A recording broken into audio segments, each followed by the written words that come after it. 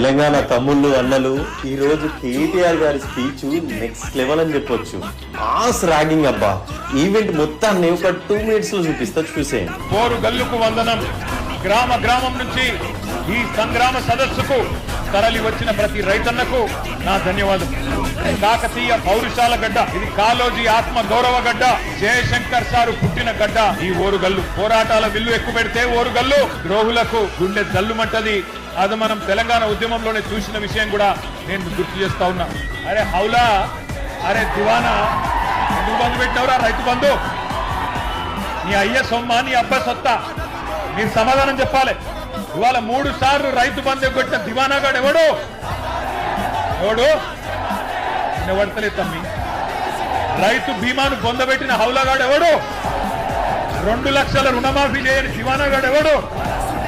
500 bonus ఎగ్గొట్టిన ధోకేబాజ్గాడు ఎవడు? పంటలు కొనుగోలు చేయని బట్టెబాజ్గాడు ఎవడు? పక్కన కేసులు పెడతాడా? కేసులు కాకపోతే మన అయ్యా ఏం పెట్టుకుంటాడో పెట్టుకోమని దేఖలేంగే.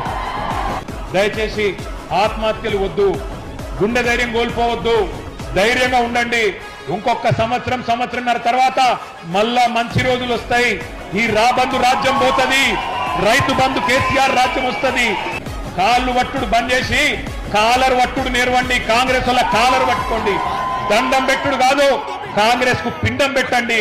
అట్లయితేనే మళ్ళీ రైతులకు మంచి రోజులు వస్తాయి. జై కిసాన్, జై తెలంగాణ.